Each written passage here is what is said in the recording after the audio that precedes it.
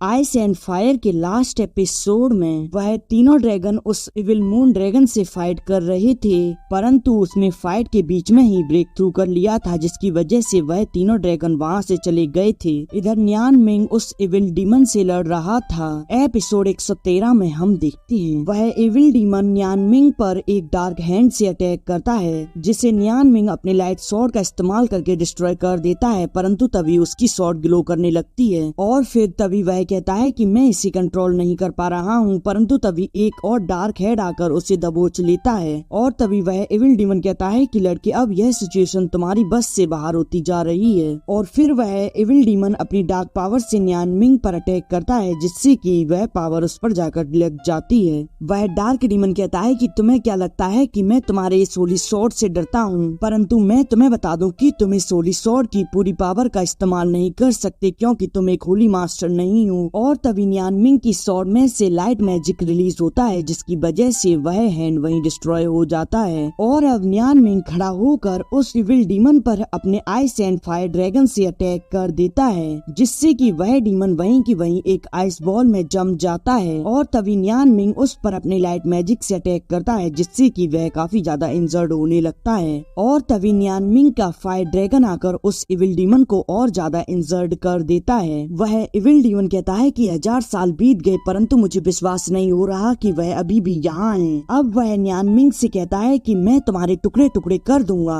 और फिर वह न्यान मिंग पर अपनी पावर से अटैक कर देता है, जिससे न्यान मिंग अपने लाइट ब्लेड से रोकने की कोशिश करता है, परंतु कुछ डार्क पावर उसके कपड़ों पर लग जाती है, जो कि वह उसकी पावर को कंज्यूम करने लगती है। यह देखकर वह इविल डीमन कहता है कि लड़के तुमने मेरा काफी समय बर्बाद करा दिया, परंतु अब तुम्हारा मरने का समय आ गया है। यह कहकर वह उस पर तुरंत अटैक कर देता है, परंतु तभी न्यान मिंग का लाइट ब्लेड उसके अटैक को रोक लेता है और अब उसकी पावर से वह दोनों पीछे हो जाते हैं। तभी न्यान मिंग अपने ऊपर इतनी सारी डार्क पावर को देखते हुए कहता है कि इसने तो मेरी मानसिक शक्ति को छीन कर दिया है। तभी वह इविल डीमन कहता है कि लड़के अब तुम्हें कोई नहीं बचा पाएगा और फिर वह डीमन अपने डार्क हैंड से उस पर अटैक कर देता है और तभी न्यान मिंग का लाइट ब्लेड फिर से चमकने लगता है और अब वह उसके चारों तरफ सील बनाकर उसे प्रोटेक्ट करता है। यह देखकर वह इविल डीमन अपना पूरा फोर्स लगा देता है, जिससे कि न्यान मिंग की सील भी क्रैक होने लगती है। न्यान मिंग कहता है कि अब मैं इसे ज्यादा देर तक होल्ड नहीं कर पाऊंगा और तभी सीला दी पीछे से उस इविल डीमन पर अटैक कर देते हैं, जिससे कि वह इविल डीमन वहीं की वहीं इंजर्ड होकर बैठ जाता है। न्यान मिंग उन्हें देखकर कहता है कि अच्छा हुआ सीला दे आपको होश आ गया। सीला दे उसे अपनी कुछ पावर देते हुए कहते हैं कि सबसे पहले तुम अपने आप को संभालो वरना तुम मारे जाओगे और अब न्यान मिंग खड़े होते हुए कहता है कि आपका धन्यवाद सीला दे। इस पर सीला दे कहते हैं कि तुम मुझे धन्यवाद मत कहो, यह सब तुम्हारे होली ब्लेड ने किया है।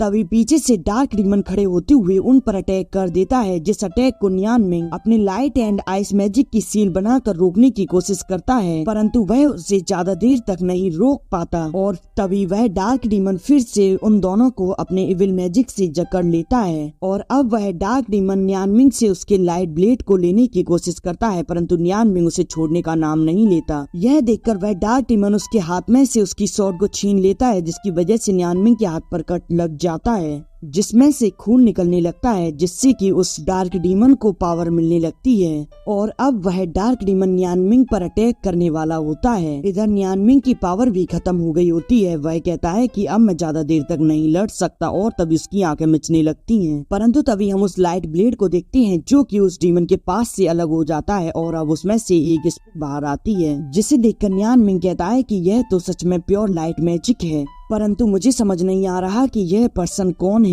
तभी वह होली मास्टर कहता है कि सी फैन हमारी मुलाकात बहुत दिनों से नहीं हुई, क्या तुम मुझे भूल तो नहीं गए। वह डार्क डीमन उसे देखकर कहता है कि यह तो एक होली मास्टर है और तभी उसे याद आता है और अब सी फैन कहता है कि होली मास्टर मैं तुम्हें कैसे भूल सकता हूँ, मैं तुम्हारी वजह से ही तो हजारों वर्ष तक इस स्थान पर कैद रहा हूँ। और अब वह होली मास्टर अपनी पावर को गैदर करने लगता है। यह देखकर वह डार्क डीमन कहता है कि तुम्हें क्या लगता है कि मैंने इतने वर्षों में कुछ नहीं सीखा और अब वह वह वहाँ एक फॉर्मेशन बनाता है। नियान मिंग दूर से सब कुछ देख रहा होता है। वह डार्क डीमन उस फॉर्मेशन को बनाते हुए कहता है कि लॉर्ड ऑफ डार्कनेस, मैं तुम्हारे लिए अपनी सोल को सेक्रीफाइस करने को तैयार हूँ, तुम मुझे अनंत शक्ति प्रदान करो। और तभी वहाँ उसकी एक स्पिरिचुअल फॉर्म बनकर तैयार हो जाती है जो कि काफी ज्यादा जायंट होती है। वह अपनी स्पिरिचुअल फॉर्म से उस होली मास्टर पर अटैक कर देता है, जिसके अटैक से होली मास्टर बचते हुए उस पर अपनी स्पिरिचुअल स्वॉर्ड से अटैक करता है, जिससे कि वह स्पिरिचुअल बॉडी वहीं की वहीं डिस्ट्रॉय हो जाती है और अब वहाँ से डार्क मैजिक खत्म होने लगता है। वह होली मास्टर कहता है कि तुम अपनी पनिशमेंट के बिना यहाँ से नहीं भाग सकते।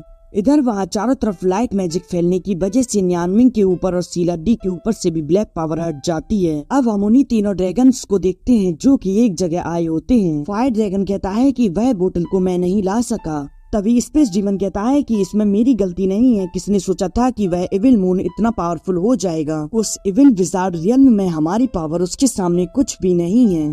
तभी वह मोटू ड्रैगन बोलता है कि तुम्हें मुझे नहीं रोकना चाहिए था, बेशक वह इविल विजार्ड रियल्म उसका इलाका हो तो क्या हुआ, क्या हम तीनों उसे नहीं हरा सकते थे। तभी जुआन जिया कहता है कि वास्तव में तुम्हारा उससे इविल विजार्ड रियल्म में कोई मुकाबला नहीं है। इस पर मोटू ड्रैगन कहता है कि मैं इसकी असफलता के लिए तुम्हें दोष नहीं दे रहा। अब वह दोनों को लेकर वहाँ से जाने लगता है। तभी जुआन जिया अपनी पावर से एक पोर्टल को खोलते हुए कह रहा है कि मैं उससे कम नहीं आंक सकता, क्योंकि उसकी dark power evil wizard realm में अलग है। वह डार्क पावर का एक स्ट्रॉन्ग मैजिशियन है, यहाँ तक कि मुझे भी उससे सावधान रहने की जरूरत है। इस पर मोटू ड्रैगन कहता है कि तो अब मुझे बताओ कि हमें क्या करना चाहिए। इस पर जुआन जिया उस पोर्टल के माध्यम से दूसरी जगह जाती हुई कहता है कि सभी को सतर्क रहने को कह दो और एक दूसरे के संपर्क में रहो। अब हम उसी को देखते हैं जो कि एक पोर्टल के माध्यम से दूसरी जगह आ गया था। अब वह आसमान में देखते हुए सोचता है कि हजारों साल पहले एक काफी खतरनाक युद्ध हुआ था, जहाँ होली मास्टर्स ने आकर ब्लैक पावर वाले लोगों को मारना शुरू कर दिया था। जहाँ वह होली मास्टर उसी इविल मून पर अटैक कर देता है, जिसमें वह काफी इंजर्ड हो जाता है। इविल मून उस होली मास्टर से फाइट करने लगता है। वह होली मास्टर उस पर अटैक कर देती है।